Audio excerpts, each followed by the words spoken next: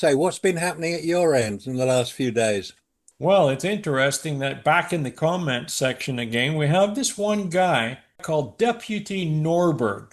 And he claims that Kodak Ericon high altitude film 3409, the civilian version of the films used in space, discontinued in the year 2023, but still available for purchase. Tested by the detectives? No. So I sent him a reply and I said, send us two rolls and we will send it to the university to be vacuum tested.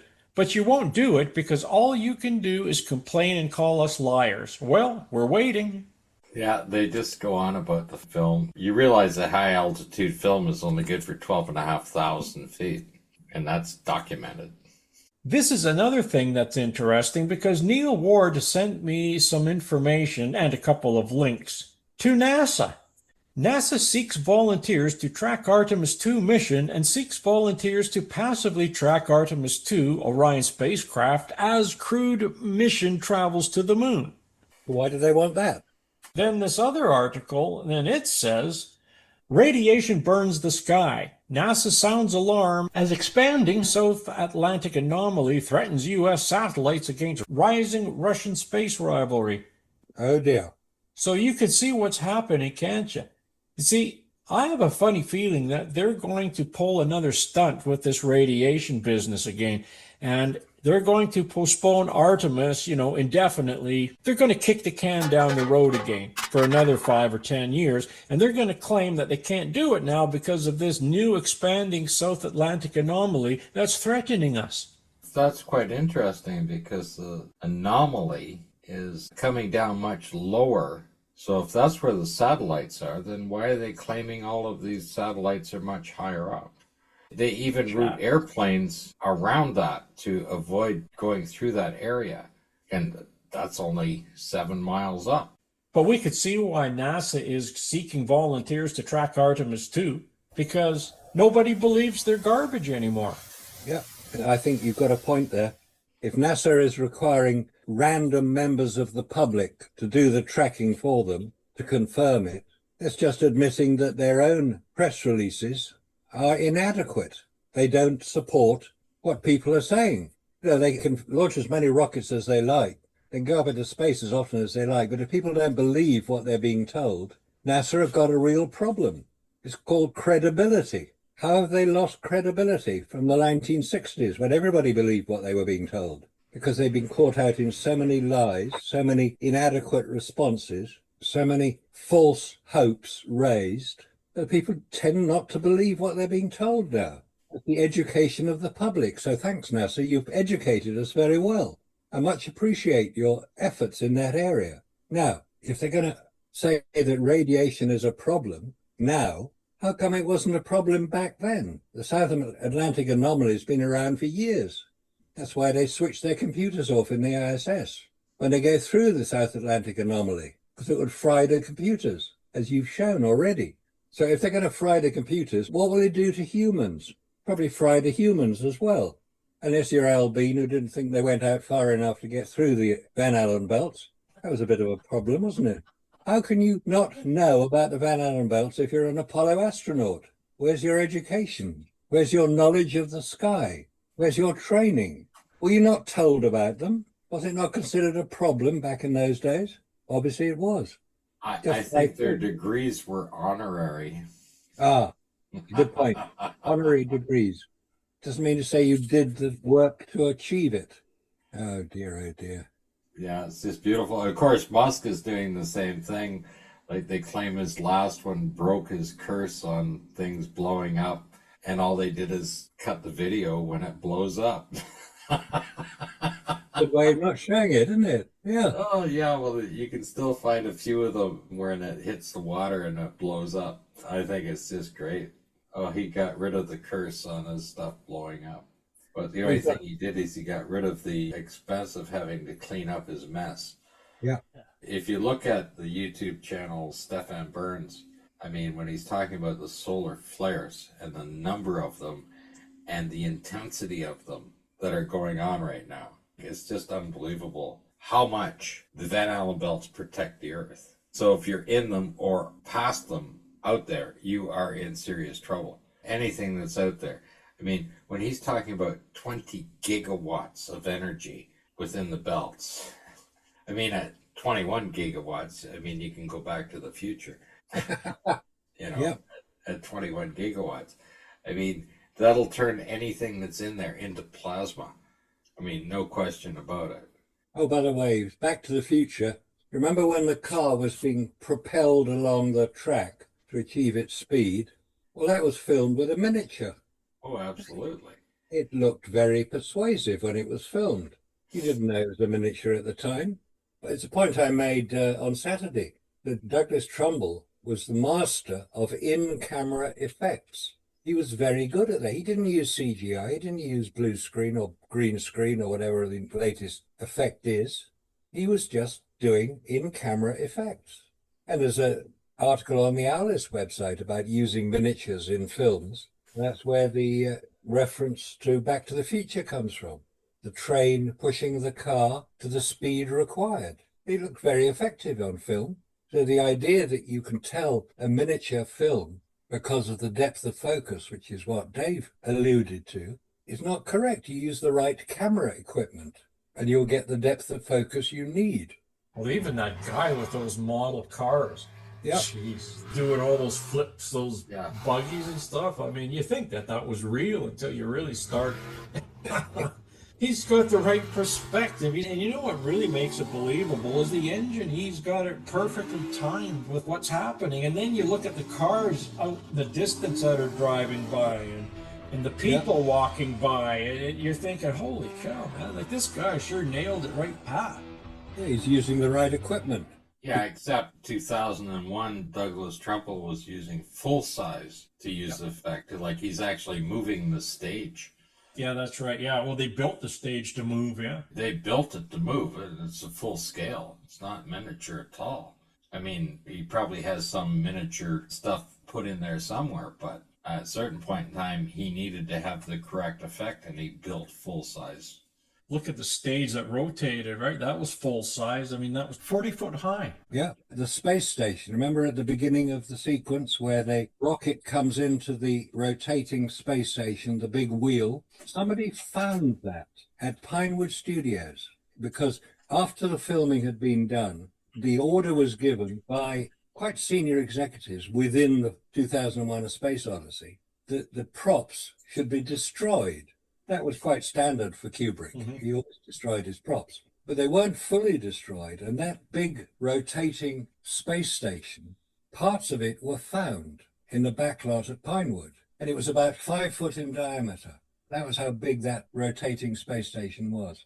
So, yes, he may have used full-size models, full-size stage sets for particular sequences, but he also used miniatures. And when you look at the film of 2001 and the big rotating space station, you imagine it's hundreds of feet in diameter. Yeah. Because you've got this rocket that enters through the center slot, and you know how big that is because you've seen people getting onto it. So it's quite possible to make a small object, a relatively small object, like a 5 foot diameter space station, look like a 500 foot diameter space station if you use the right lenses and the right perspective, which is what Douglas Trumbull was doing. He was a master of that. He knew how to do it. Back to this radiation, though. What I find is that in the sustainability times, this is the green news on tech and business and the environment, right? So they're going on about how radiation burns the sky and NASA sounds alarm as expanding South Atlantic anomaly threatens the U.S. satellites against rising Russian space rivalries. And then it says, NASA's latest findings on the expanding South Atlantic anomaly have intensified global scientific scrutiny as the phenomenon poses significant risks to both terrestrial technology and space missions. And of course, they have this beautiful, this image there of all the stuff like that. And then they're going on and saying, the scientific community reveals that an unexplained magnetic disturbance continues to expand. It goes on about the South Atlantic anomaly, how it's characterized by elevated radiation levels due to the proximity of the inner Van Allen radiation belts to Earth's surface in this region. and how dangerous it is for spacecraft to go through it. This results in a weakened magnetic field that allows increased cosmic radiation to penetrate the atmosphere. Well, here we go again, intense cosmic radiation levels that pose a serious threat to satellites, and it's penetrating the atmosphere. What do you think it's going to do to astronauts out there when there is no atmosphere and there are no Van Allen belts? So what is protecting you from all that lethal cosmic radiation and solar radiation that's coming off of the sun when it really gets intensified like this? Yeah, and it's getting intense at the moment. There's some intense activity on the sun. There's a lot of sunspots on the sun right now. They're not necessarily pointing towards Earth, so they're not necessarily coming this way, but there's a lot of activity on the sun, which isn't being talked about a great deal. But the sun gets active sometimes and it dies down a bit. But if the Van Allen belts are protecting Earth from this radiation, you go out beyond the Van Allen belts, you're in the middle of all this radiation we're being protected from. Where's that coming from? From the sun, solar particle events, from deep space, galactic cosmic rays. You know, the things that astronauts reported seeing flashes in their eyes. That's to do with galactic cosmic rays passing straight through humans. There's a lot of stuff out there which NASA are not addressing in a realistic way. And to say that the South Atlantic anomaly threatens US satellites against rising Russian space rivalry, that's ridiculous. Are the Russians trying to get to the moon as well? Nobody's told us if they are. So what's this space rivalry we're being taught about? Is it yet another fear factor? Oh dear, oh dear. Do something a little bit more realistic than the 1950s and 60s Russian activities in Cuba. I mean, that was real enough. John Kennedy got out of it. He was using his ability to persuade people. And if you watch Kennedy's speech in June 1963, well, basically he was offering peace between the US and the Soviet Union. He outlined it. Now, could that be why he was killed? Or one of the reasons? Because there were a lot of people who didn't want peace. They wanted the continual warfare so they could ramp up their activities in producing the planes and the bombs and all the ships and all the hardware that would get destroyed, so they have to build it all again. It's a very good business model, that. The trouble is people get in the way. People get killed. Kennedy's speech, it's called the Peace Speech of June 1963. It's when he was giving an address to university. It was an end of semester speech, and John Kennedy was giving it. There's a very, very interesting sequence, worth watching, because it's definitely offering peace to the Soviet Union.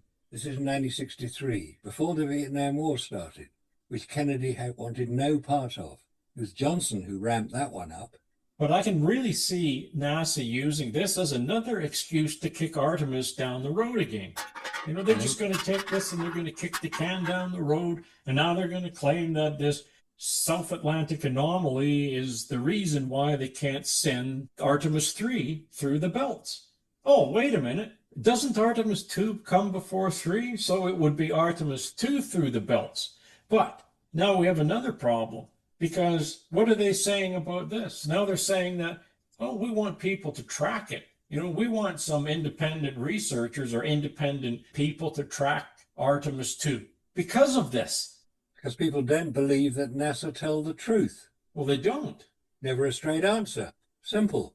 So NASA are caught in this difficult problem of making announcements which people will believe. So if they can get independent observers to track their craft, they'll probably be believed. That's the idea.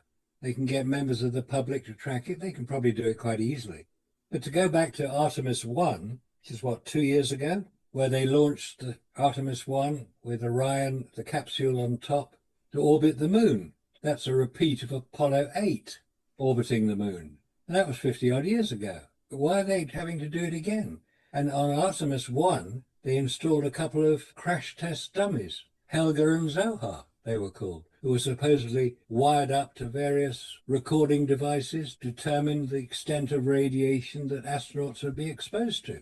Where's the information about that? Has that been released in full? I haven't seen it. So the idea that NASA know what they're doing as regards radiation is a bit sketchy in terms of evidence. They don't appear to want us to know about it.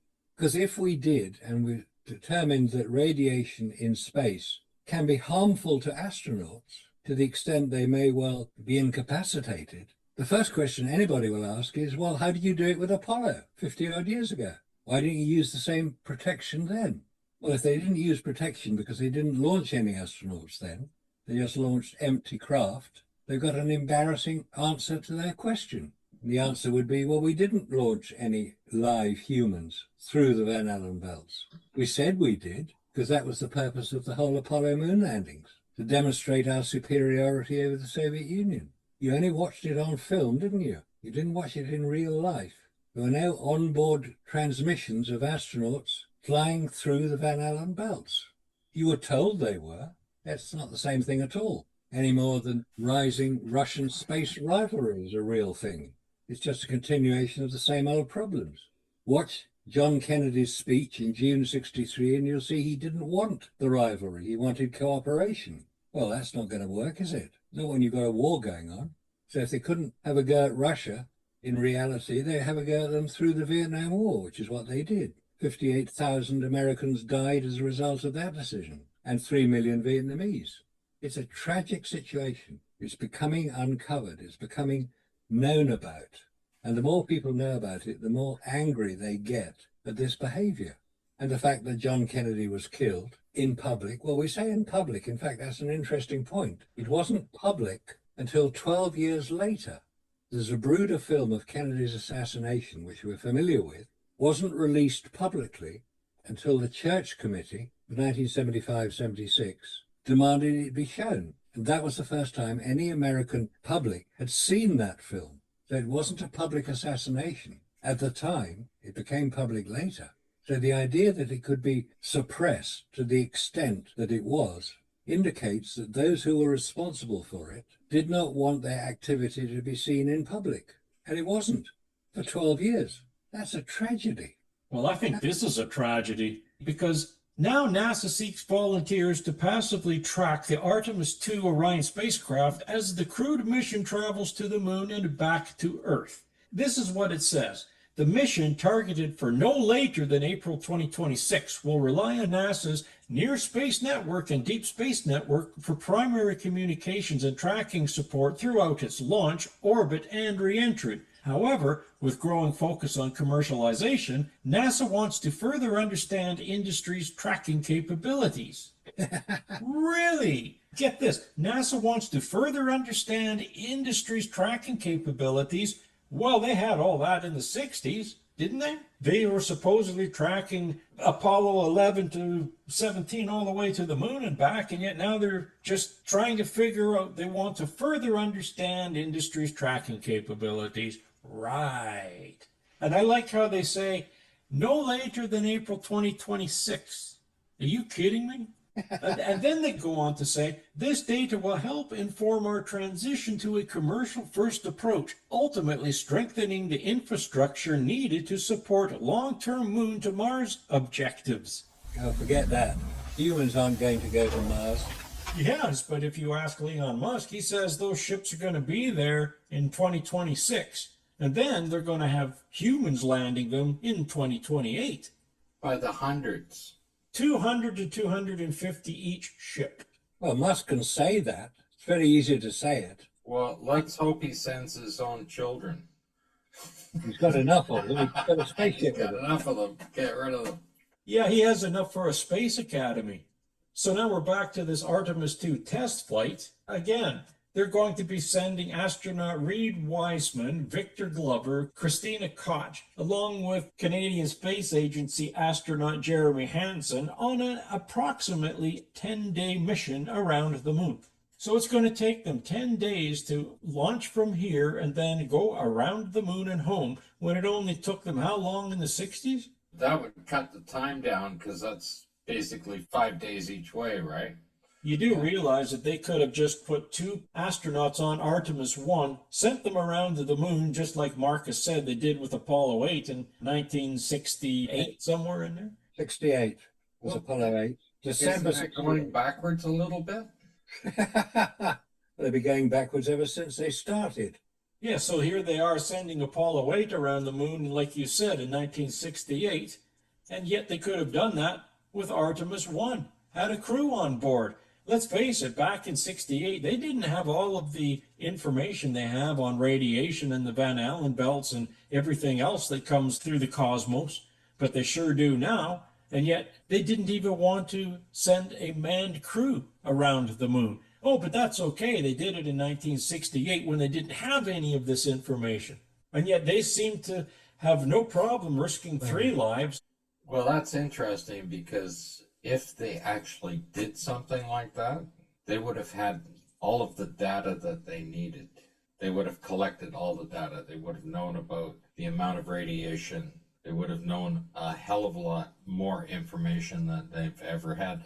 Why are they still testing all kinds of equipment? Why do they not understand what the lunar surface is all about? Why don't we actually have a picture of the lunar surface? I'd like to see a real picture of the lunar surface. I want to see the dust. Well, you might be able to one of these days, but not now. I like another thing that it says here is that during the Artemis I mission, participants ranging from international space agencies, academic institutes, commercial companies, nonprofit, and private citizens attempted to receive Orion's signals and use their respective ground antennas to track and measure changes in the radio waves transmitted by Orion. And then it goes on to say that this data will help inform our transition to a commercial first approach, ultimately strengthening the infrastructure needed to support long-term Moon to Mars objectives. So again, we're back to this communication. I don't see any of these private citizens on YouTube saying, well, we tracked it or we heard signals or any of this stuff. I don't see them anywhere, at least not so far. I mean, I haven't gone purposefully looking. But where are the private citizens that attempted to receive Orion's signal and use their respective ground antennas to track and measure changes? Here's another problem. There's this guy in a comment section here over on Dave's channel, and he says that he was a ham radio operator, and he actually heard the conversations that were going back and forth from, I believe it was the Apollo 12 mission, could be wrong about that, but it was one of the missions that he was claiming to listen to. Anyways, he said he could hear them clearly, and wait a minute, ham radio doesn't go into that frequency, which means that you would have to have had a Class A license in order to go in there and change things around. And by the way, it was crystals that they used back then, which means he would have had to have a crystal cut to that frequency, specifically for that frequency. Don't people understand this? There was no such thing as phase-locked loop back then. If you wanted to receive, you needed to take the crystal and cut it, which means that he would have had to have had the frequency of that command module that was being transmitted back and forth, and he would have had to have the crystal specifically cut to receive it. Interesting. And it was only one way they were listening. They weren't hearing the transmissions from Houston to the spacecraft, and you got to include the story of the Tetra A satellite launched in December 1967. They say it was deorbited 6 months later, but was it? Or was that Tetra A satellite still transmitting? That could have been put into orbit around the moon quite easily, being an unmanned craft. NASA have been doing that since the Ranger probes and the Surveyor probes. But the VHF system in the radios were 259.7 to 296.8. But that was only used for short range between the CM-LM and the astronauts' EVA radios.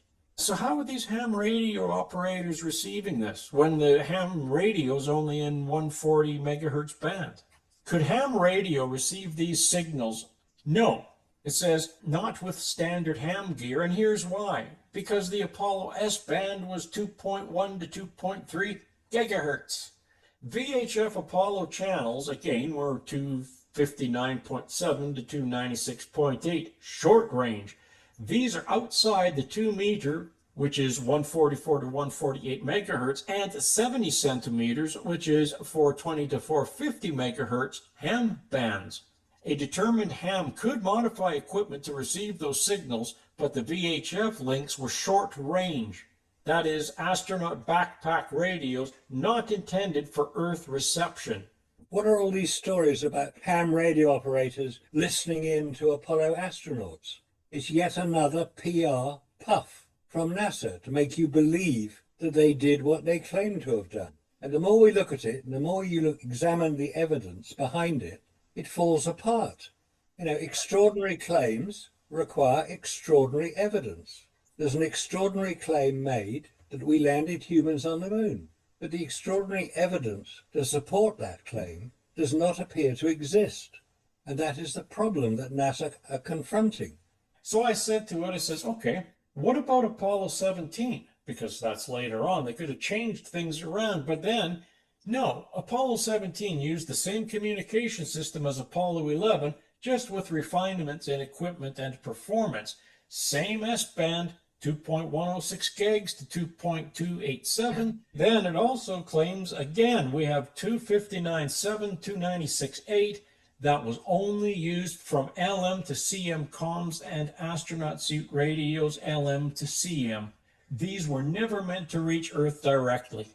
All right, so then you would have to have these crystals cut in order to transmit and receive if you're going to be talking or listening to those astronauts up there.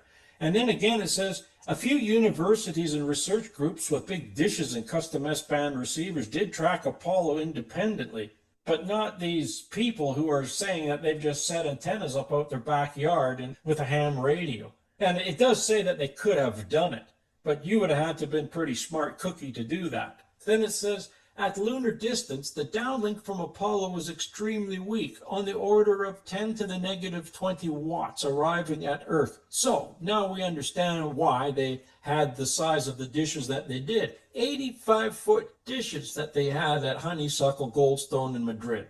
And then it says a home ham antenna would not have been able to pull Apollo signals out of the noise. Quite right. And then, of course, you got a color TV coming back through that. No, we're talking about two different things here. We've got the video signal was in the 2 gigs, the audio was in the 200 to 450 megahertz range. We're talking two different things here. But this is what the breakdown is. It says, in short, technically possible today with modern S-band receivers and a big dish, not realistically possible in 1969 with typical ham gear. And that is the breakdown of it. So you guys that are saying that you have all this ham radio equipment back then to listen to all this stuff, rubbish. That's the report I just sent through. Did amateur radio operators listen to the Apollo astronauts from Quora? Okay, my point. I keep talking about plasma and the fact that it's used as a dish to bounce a signal off. You got 10,000 kilometers of plasma within the Van Allen belts discovered in 2014. They didn't know about it before that. Then you have the space shuttle. Now, if you have a signal that can go through all of that to the moon, why weren't they using that same signal band on the space shuttle? Because every time it re-entered, they lost communication with it. Why? Because of that thin layer of plasma that occurs on re-entry. Why wouldn't they just change the signal to the one that goes through plasma? It's because they don't have one. And if they don't have a signal that will go through it, now tell me how you get through the Van Allen belts. You close your eyes and you pay attention. Right. And then you have SETI that's been sitting there for how many years listening to white noise? And the white noise is coming from the ionosphere and the Van Allen belts. And they're using every signal that they can use. They're trying to track every signal out there that might be coming in from alien sources. I also like what it says here. It says, in conclusion, for Apollo 17, it used the same 2.1 to 2.3 gig band system for the video and 259 to 296 megahertz VHF links again for the audio. And again, ordinary ham radio gear could not receive them directly.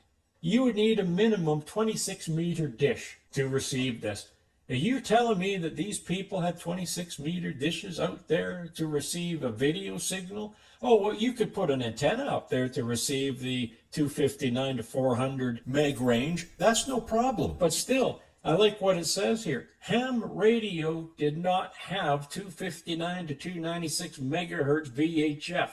they were in the 140 megahertz range to 148 megahertz range, and it's still like that today. So those transmissions that NASA has are as special as the film. Yeah. It is. They got magical transmission, magical film, magical fuel. What else? Magical space suits for the vacuum. What else can we do? The magical batteries worked really well in a vacuum too. Just flood-filled batteries that are just going to evaporate. Yeah, big truck batteries, weren't they? 29 volt, filled with electrolyte, i.e. water. And magic. Oh, very magic, yes. Oh dear, NASA, you've got a lot of work to do to convince us that you did what you say you did.